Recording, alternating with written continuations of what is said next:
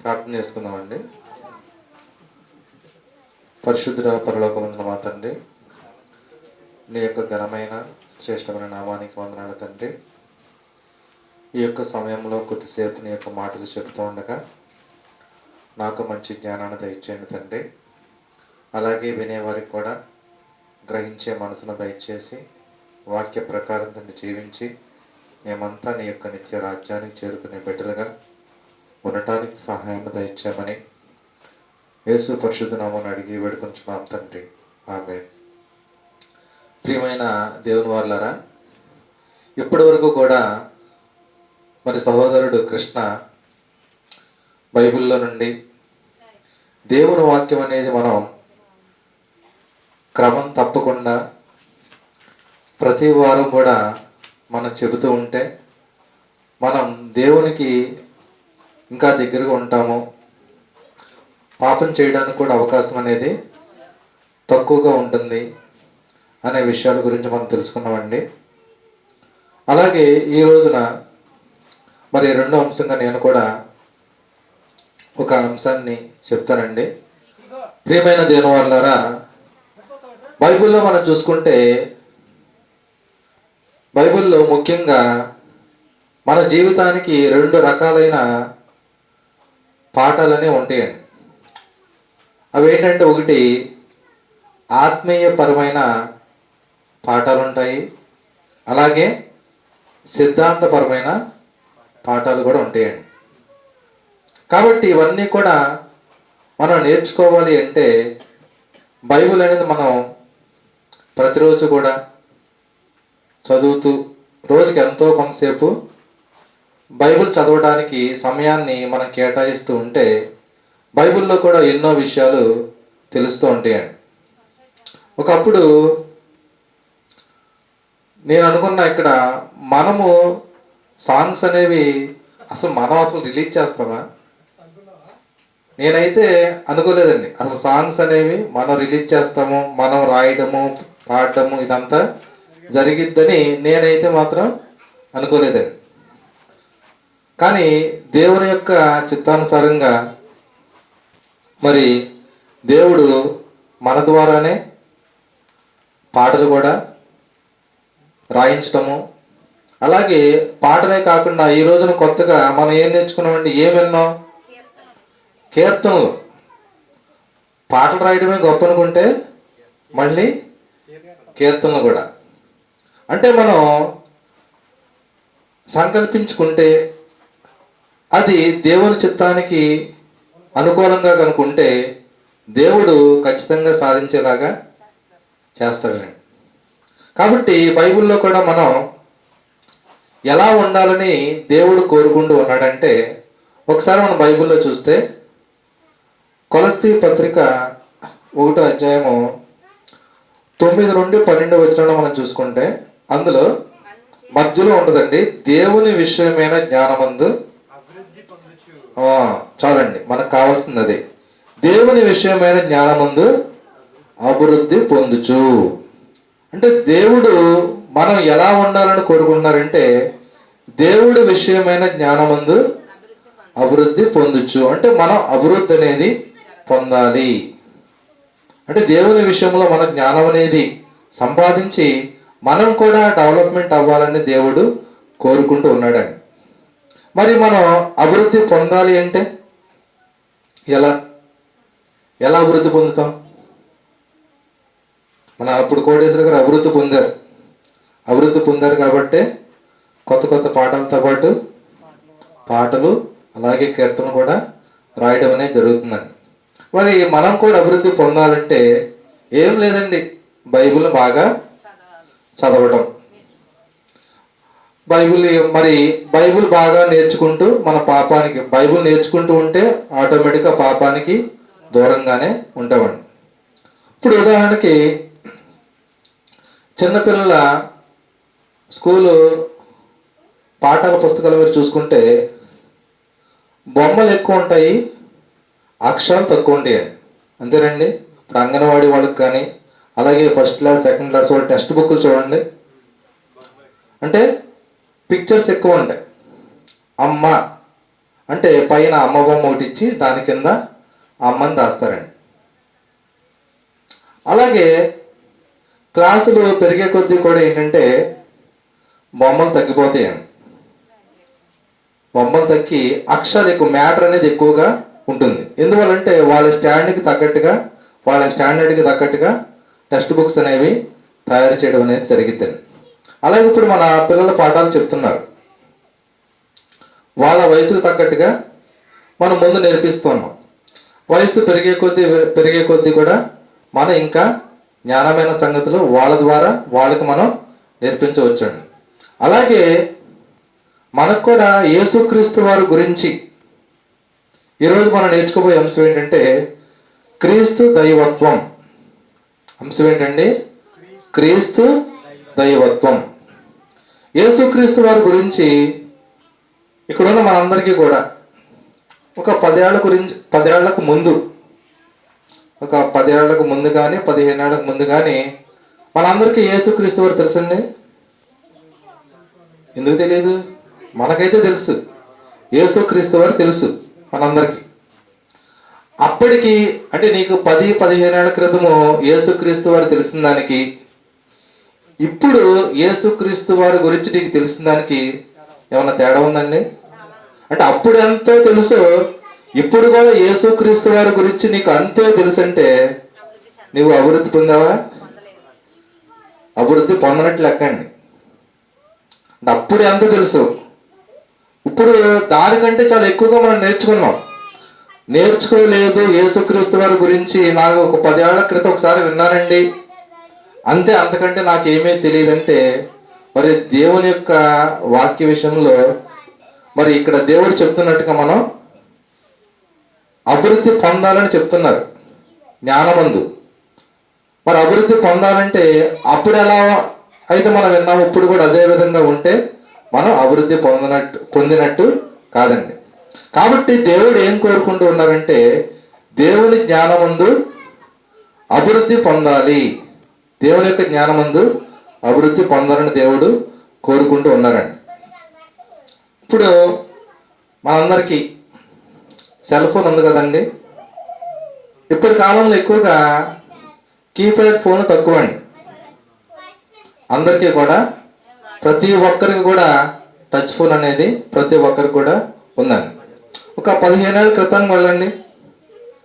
15 ఏళ్ల క్రితానికి వెళ్ళినప్పుడు touch phone అనేవి అంటే నేను అనేది ఏంటంటే ప్రతి సామాన్య మానవుడు అంటే చదువుకొని వారు కూడా 15 ఏళ్ల క్రితము టచ్ ఫోన్ని ఆపరేట్ చేసే విధంగా ఉన్నారండి. అందరూ లేరండి. ఈ స్మార్ట్ ఫోన్ అనేది ఏదో కొంతమంది మాత్రమే ఆ కాలంలో ఆపరేట్ చేసేవారు ఉన్నారు. కానీ ఇప్పుడైతే ప్రతి ఒక్కరు ప్రతి ఒక్కరు కూడా ఈ స్మార్ట్ ఫోన్ అనేది వాడుతున్నారండి. వాళ్ళకి ఎలా తెలిసింది స్మార్ట్ ఫోన్ ఆపరేటింగ్ ఇలా చేయాలని? చదువుకున్న వాడికి ఎలా తెలిసిందంటే దాని మీద ఇంట్రెస్ట్ ఉంది, నేర్చుకోవాలని అనుకున్నాడు. పెద్దవాళ్ళు కూడా మాట అంటూ ఉంటారు కదండి, మనసుంటే మార్గం ఉండకపోదని. అదేవిధంగా మనం కూడా దేవుని యొక్క వాక్యాన్ని నేర్చుకోవాలి అనుకుంటే ఖచ్చితంగా దేవుడు కూడా మనము నీ యొక్క ఇంట్రెస్ట్ తగ్గట్టుగా నీవు నేర్చుకోవడానికి ఆయన కూడా సహాయం అనేది చేస్తాడండి. ఇప్పుడు మనం జీవించడానికి ఒకప్పుడు ఏంటంటే చేతి నిండా కూడా డబ్బులుంటే మనం ఏదైనా చేయడానికి, ఏదైనా పని చేయడానికి కూడా అవకాశం ఉంటుంది అనుకోండి. ఇప్పుడు చేతిలో ఫోన్ ఉంటే చాలండి. ఇప్పుడు ఎవరికైనా మనీ ట్రాన్స్ఫర్ చేయాలన్నా ఫోన్పే కానీ గూగుల్ పే కానీ మొత్తం మీద ఏదో విధంగా మనం అంటే ఫోన్ ద్వారా అరచేతిలో వైకుంఠం అన్నట్టుగా అరచేతుల ప్రపంచం అనేది మనం చూస్తూ ఉన్నాం. అరచేతిలో ప్రపంచం. ఒకప్పుడు రైతు మార్కెట్లో స్కానర్లే ఉండే కదండి. స్కానర్లు ఖచ్చితంగా మనం డబ్బులు పట్టుకెళ్లాల్సిందే. కానీ ఇప్పుడు చూడండి ప్రతి చోట కూడా స్కానర్ అనేది ఉంటుందండి. PhonePe scanner. డబ్బులు పట్టుకెళ్ళేదా ఆ స్కానర్ పెడితే దానికి స్కాన్ చేస్తే సరిపోతుందండి. అంటే ఇదంతా ఏంటంటే డెవలప్మెంట్ అనేది అవుతుందండి. అంటే మనిషి ప్రతి విషయంలో కూడా అభివృద్ధి అనేది సాధిస్తూ ఉన్నాడు. అన్నీ కూడా తెలుసుకుంటున్నాడు. అన్నీ కూడా తెలుసుకుంటున్నాడు. సైకిల్ తొక్కడం స్టార్టింగ్లో వచ్చేద్దండి, రాదు. కానీ నెమ్మదిగా నేర్చుకుంటూ అది కూడా అన్నీ సైకిల్ కానీ బండి కానీ అలాగే ఫోన్ ఆపరేటింగ్ కానీ ఇవన్నీ కూడా తెలుసుకుంటున్న మనిషి మరి క్రీస్తు గురించి దేవుని గురించి తెలుసుకోలేడా? ఖచ్చితంగా తెలుసుకోగలడండి. ఖచ్చితంగా మనం శ్రద్ధ పెడితే దేవుని గురించి కూడా మనం తెలుసుకోగలం. అలాగే యేసుక్రీస్తు వారి గురించి మనము బైబిల్ అనేది మనం చదువుతూ ఉంటే, ఫర్ ఎగ్జాంపుల్ యేసుక్రీస్తు వారి యొక్క తగ్గింపు ఈ విషయాన్ని మనం బేస్ చేసుకుని అలా బైబిల్ చదువుతుంటే రోజుకో కొత్త విషయం అనేది మనకి తెలిసిద్దండి. రోజుకో కొత్త విషయం అనేది తెలుస్తుంది. కాబట్టి మనము ప్రతిరోజు కూడా ఎంతో కొంత సమయం అనేది మరి దేవునికి ఇస్తే, ఆ యొక్క సమయంలో కనుక మనము దేవునికి కేటాయించి దేవుని యొక్క జ్ఞానాన్ని మనం నేర్చుకుంటే దేవుడు కూడా మనకు ఎన్నో విషయాలు తెలియజేస్తారండి. ఇప్పుడు మిమ్మల్ని అందరినీ కూడా ఒక ప్రశ్న అడుగుతానండి. యెహోవా దేవుడు పరిశుద్ధుడు, అవునండి? అవునన్నోడు చెప్పండి. యెహోవా దేవుడు పరిశుద్ధుడు. యేసుక్రీస్తు దేవుడు కూడా పరిశుద్ధుడు. పరిశుద్ధాత్మ దేవుడు కూడా పరిశుద్ధుడు. అంటే యెహోవా దేవుడు పరిశుద్ధుడన్నా, యేసుక్రీస్తు వారు పరిశుద్ధుడన్నా, అలాగే పరిశుద్ధాత్మ దేవుడు కూడా పరిశుద్ధుడన్నా. ఇప్పుడు నెక్స్ట్ క్వశ్చన్ ఏంటంటే, వీళ్ళ ముగ్గురులో ఎక్కువ పరిశుద్ధత ఎవరికి ఉంది? వీళ్ళ ముగ్గురులో ఎక్కువ పరిశుద్ధత ఎవరికి ఉందండి? 100%. ముగ్గురికి కూడా 100%ఏనా? లేకపోతే ఒకరికి 98, ఒకరికి 99, 100 ఉందా? లేదండి. యెహోవా దేవుడికి మాత్రమే 100%, యేసుక్రీస్తు వారికి 99% అంటే వాళ్ళకి సరిగ్గా బైబిల్ తెలియదని అర్థం అండి. అలాగే యెహోవా దేవుడు ఎక్కువ ప్రేమ కలిగిన వాడు, అవునండి? మరి యేసుక్రీస్తు దేవుడు కూడా ఎక్కువ ప్రేమ కలిగిన వాడు, పరిశుద్ధాత్మ దేవుడు కూడా ఎక్కువగా ప్రేమ కలిగిన వాడు. మరి వీళ్ళ ముగ్గురులో ఎక్కువగా ప్రేమ కలిగిన వాళ్ళు ఎవరంటే, మరి ఒకే సమాధానం కాకుండా వేరు వేరు సమాధానాలు వచ్చినాయి అంటే వాళ్ళకి బైబిల్లో పట్టు లేదని అర్థమండి. కాబట్టి వీళ్ళ ముగ్గురికి కూడా ఓకేనా 100% కూడా పరిపూర్ణత విషయంలో కానీ, అలాగే ప్రేమ విషయంలో కానీ, అలాగే పరిశుద్ధత విషయంలో కానీ ఇంకా చాలా లక్షణాలు ఉన్నాయి. అన్నీ కూడా అందరూ కూడా ఒకేలాగానే ఉన్నారండి. కాబట్టి ఒకళ్ళు ఎక్కువ ఒకళ్ళు తక్కువ అనేది ఈ యొక్క లక్షణాల్లో మాత్రం లేదండి. కాబట్టి ఈ విధంగా మనం బైబిల్ అనేది మనం చదువుతుంటే మనకు కూడా ఎన్నో విషయాలు తెలుస్తూ ఉంటాయండి. బైబిల్ కూడా ఏంటంటే మనకి అంతకుముందు మనం తెలుసుకున్నాం, అంటే నేర్చుకున్నాం. ఎలా అంటే బైబిల్లో చదివేటప్పుడు కూడా ఏంటంటే గ్రంథ విభజన, అలాగే బైబిల్ కూడా విభజన. స్టార్టింగ్లో మొదటి 5 కూడా ఏంటండి ధర్మశాస్త్ర గ్రంథాలని, అంటే ఆది కాండము, నిర్గమకాండం, లేవీకాండం, సంఖ్యాకాండం, ద్వితీయోపదేశ కాండం. ఈ 5 కూడా ఏంటండి ధర్మశాస్త్ర గ్రంథాలు. తర్వాత యెహోషువ కానించి యోబు ముందు వరకు అవన్నీ కూడా ఏంటంటే ఎస్తేరు వరకు. ఇవన్నీ ఏ గ్రంథాలండి? చరిత్ర గ్రంథాలు. అలాగే యోబు గ్రంథం కానించి యోబు, అలాగే కీర్తనలు, సామెతలు, ప్రసంగి, పరమగీతము, కావ్య గ్రంథాలండి.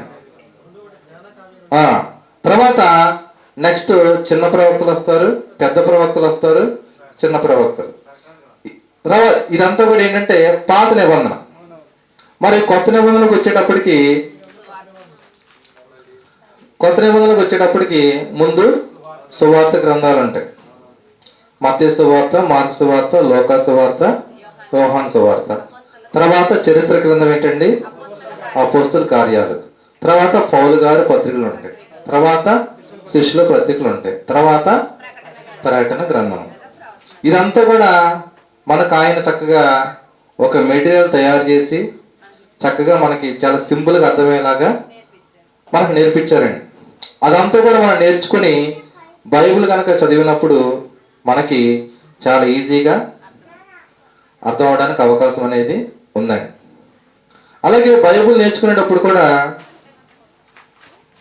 బైబిల్లో అన్ని వాక్యాలు కూడా కాలక్రమంలో, అంటే కాలక్రమంలో రాయబడలేదండి.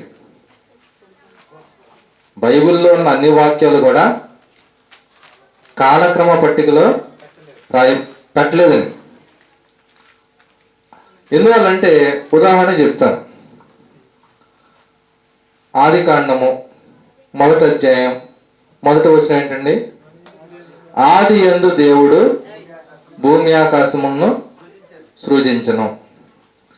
ఇదే వాక్యంతో మనకి బైబుల్ స్టార్ట్ అయ్యింది, ఆది కాండం స్టార్ట్ అయ్యిందండి. మరి మీకు ఇంకోటి చెప్తాను. యోహాను సువార్త 1వ అధ్యాయం 1వ వచనం. ఆది యందు వాక్యం ఉండెను. చాలండి, ఆది యందు వాక్యం ఉండెను. ఇది యోహాను సువార్త 1వ అధ్యాయం 1వ వచనం. ఆది కాండం 1వ అధ్యాయం 1వ వచనం ఏంటి? ఆది యందు దేవుడు భూమి ఆకాశం సృజించను. ఈ రెండిట్లో ఏది ముందంటారు? వాక్యం చెప్పండి మీరు. అంతే కదండి.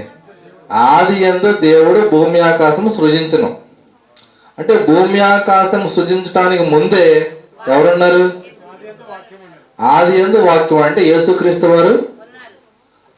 అంటే బైబిల్ని కాలక్రమ పట్టికలో మనం పెట్టాలంటే ఆది యందు యేసుక్రీస్తు వారు ఉన్నారని స్టార్టింగ్ లో పెట్టాలండి. అంటే బైబిల్ చదివేటప్పుడు మనకి వీటి గురించి కూడా, అంటే బైబిల్లో కాలక్రమ పట్టికలో మరి అన్నీ కూడా ఒకే చోట రాయబడలేదని ఇలాంటి వివరణ మనకు తెలిసి ఉండాలండి. అలాగే గ్రంథాన్ని చదివేటప్పుడు కూడా గ్రంథ విభజన ఇవన్నీ కూడా మనకి తెలిసి ఉండాలి. అలాగే తెలుగు బైబిల్లో మనకి ఇంగ్లీష్ బైబిల్లో కూడా కొద్దిగా ట్రాన్స్లేషన్లో కూడా కొన్ని మిస్టేక్స్ అనేవి ఉంటాయండి. వాటి గురించి కూడా తెలిస్తే ఇంకా పూర్తిగా ఇంకా దేవుని యొక్క వాక్యాన్ని పరిపూర్ణంగా తెలుసుకోవడానికి కూడా అవకాశం ఉండదండి. ఉదాహరణ చూసుకుంటే తెలుగు బైబిల్లో మన ప్రభువును రక్షకుడైన యేసుక్రీస్తు అని ఉందనుకోండి. మన ప్రభువును రక్షకుడైన యేసుక్రీస్తు. ప్రసాద్ ఇంగ్లీష్లో ఎలా వస్తుంది? Our lord and saviour Jesus Christ. అంతేగా. అది ఇంగ్లీష్లో రాసినప్పుడు అండ్ అనేది ఉపయోగించాం. తెలుగులో మనం అండ్ అంటే మరియు. తెలుగులో మనం రాసేటప్పుడు మన ప్రభువును రక్షకుడైన యేసుక్రీస్తు అన్నాం. మన ప్రభువును మరియు రక్షకుడైన యేసుక్రీస్తుని అన్నామా? అలా. అంటే తెలుగులో మరియు అనేది కంపల్సరీ కాదండి. కానీ ఇంగ్లీష్లో ఏంటంటే ఈ అండ్ అనే దాన్ని మనం ఇంటర్జెక్షన్ అంటాం. అంటే రెండు వాక్యాలని కనెక్ట్ చేసేది. కాబట్టి ఈ విధంగా బైబిల్ చదివేటప్పుడు కూడా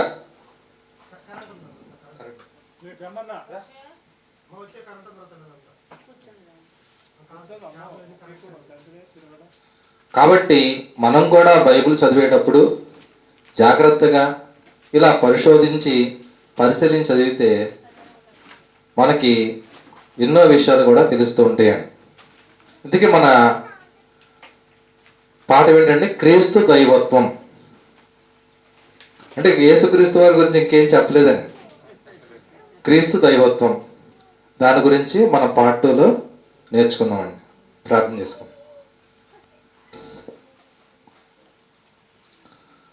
పరిశుద్ధుడ పరలోకమున మా తండ్రి, ఇప్పటి వరకు కూడా నీ యొక్క జ్ఞాన గ్రంథంలో నుండి క్రీస్తు దైవత్వం అనే అంశాన్ని గురించి కొద్ది మాటలు ఇంట్రడక్షన్ మాత్రం చెప్పారు తండ్రి. అలాగే నెక్స్ట్ పార్ట్ 2 కింద క్రీస్తు దైవత్వం గురించి కొన్ని మాటలు చెబుతూ ఉండగా నాకు కూడా మంచి జ్ఞానాన్ని దయచేయండి. విన్నవారికి అర్థం చేసుకునే జ్ఞానాన్ని దయచేయమని, వాక్య ప్రకారం జీవించే బిడ్డలుగా ఉండటానికి కూడా సహాయం దయచేయమని, మహిమ ఘనత ప్రభావం మీరే పొందనని కోరుతూ యేసు పరిశుద్ధ నామమున అడిగి వేడుకొంచున్నాం తండ్రి. ఆమేన్.